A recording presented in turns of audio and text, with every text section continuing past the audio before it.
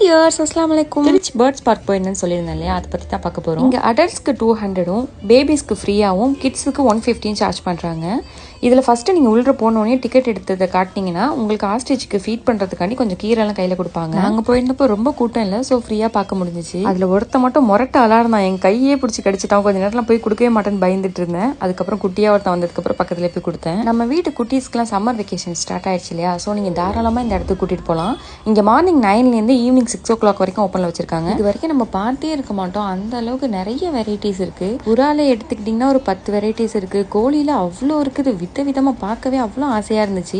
அதே மாதிரி அங்கே மெயின்டைன் பண்ணி வச்சிருக்கிறது ரொம்ப சூப்பராக மெயின்டைன் பண்ணியிருந்தாங்க. அங்கே ஒரு ஸ்மெல் இல்லை, ஒன்றுமே இல்லை, அவ்வளோ காத்தோட்டமாக நல்லா இருந்துச்சு. நீங்கள் உட்காந்துக்கிறதுக்கு அங்கங்கே பெஞ்சஸும் போட்டிருக்காங்க. இந்த வாத்தோட கலர் பார்த்தீங்கன்னா அவ்வளோ அழகாக இருந்துச்சு. வீடியோவில் அவ்வளோவா தெரியல, நேரில் ரொம்ப சூப்பராக இருந்துச்சு. இது ஒரு வகையான கோழி தான், பட் வந்து பார்க்கும் போது மயில் மாதிரி ரொம்ப அழகாக இருந்துச்சு. வீடியோ விட நேரில் பார்க்கறதுக்கு இன்னுமே சூப்பராக இருந்துச்சு. நான் மார்னிங் ஒரு 10 o'clock மேலே தான் போயிருந்தேன், பட் வந்து எனக்கு பெருசாக வெயில் அங்கே எதுவும் தெரியல.